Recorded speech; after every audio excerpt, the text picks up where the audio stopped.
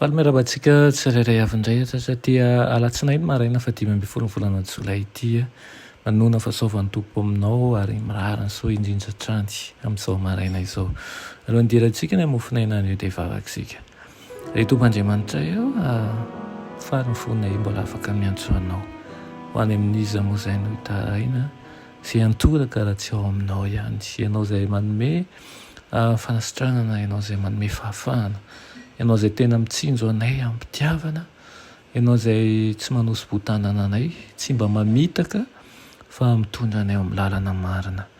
Dia feo ny fonay mba handray ny teninao, anaro izahay ary tany izay mba tsy ho solafaka, ka aoka tokoa anay izay mba ho taratry ny fitiavanao eny amin'ny misy anay tsirairay avy eny. Handray ny teninao izay ankehitriny, miasahinao amin'ny tsirairay avy aminay. Aminaran'i Jesosy, amen. Aloha dia mofinainantsika androany dia manao hoe miasa miafy ny Satana.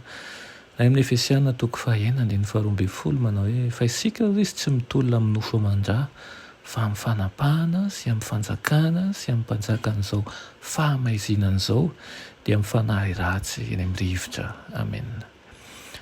Tsy dia midera firy an'ireo olona mahery fo voalaza ao anatin'ny Baiboly. Toerana kely dia kely mba atokana ilazana ny toe-panahin'ireo olombelona tsara indrindra. Tsy nataotao foana izany fanginana izany fa mirakitra fampianarana. Fanomezana avy amin'Andriamanitra ny toetra tsara rehetra nanan'ny olona avy amin'ny fahasoavan'Andriamanitra ao amin'i Jesosy Kristy ny asa soa vitany dia an Jehovah ny voninahitra. Fiasana eo am-pelatanan'Andriamanitra ihany ny olona ka mampidi-doza ny mandoka azy araka ny ampianaran'ny Baiboly antsika. Ho lavo tokoa izay mitoky amin'ny herin'ny tenany noho ny fanadinoany fa tsy mahavita n'inon'inona avy amin'ny herin'ny tenany izy. Tsy azo atao ny miady irery sy andresy ny fahotana. Noho izany izay rehetra miasa tonga antsika ho tsy manan-java-mahory dia mampanalavitra antsika amin'Andriamanitra sy manomana lalana ho amin'ny faharesena. Ny roso nanao heloka be vavy Davida, nanjary nangeja azy ny fandromboana sy ny fitaomana fetsin'ny fitiavam-pahefana sy ny fitiavan-karena. Tsy latsa-danja amin'izany koa ny varotra nataony tamin'ny firenena manodidina. Araka ny fomba fanao teo amin'ny mpanjaka tsy nanana dia azo ny ekena ny fitondrantena ratsy natao amin'ny mpanjaka izay tsy azo lefena teo amin'ny olona. Nisy fanomezana lalàna ny mpanjaka izay tsy nomena ny olon-tsotra mety maty.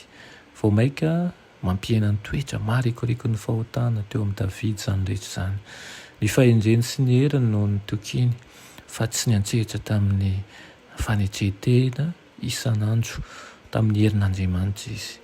Tsy nanaonao foana na mamely tampoka Satana mba handavona antsika. Tsy kelikely no andravany amin'ny kafetsena ireo fitsipika izay arahantsika sy hampalaviriny antsika amin'Andriamanitra. Dia avy eo tsika dia tao amin'ny hanao fahadisoana, tsy dia manao ahoana loatra ary farany rehefa mahomby izy ahatonga antsika hianatra ny fanaon'izao tontolo izao dia izany indray ny hanaitra n'ireo faniriana maloto avy amin'ny filan'ny nofontsika.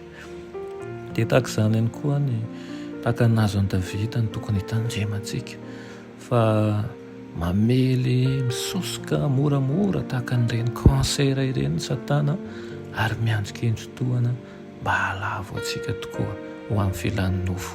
Ny rina dia azo hery any antsika isan'andro amin'ny alalan'ny ten'Andriamanitra ka ny fanahy masina ny hanampy antsika hiatrika ny fakapana rehetra tsarovy fa zanak'Andriamanitra ianao.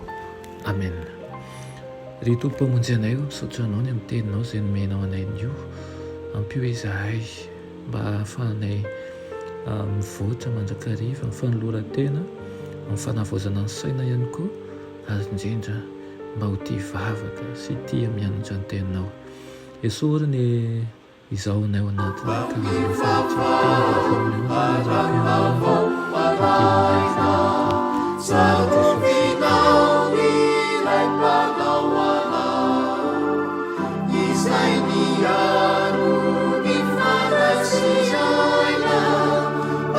Salama tu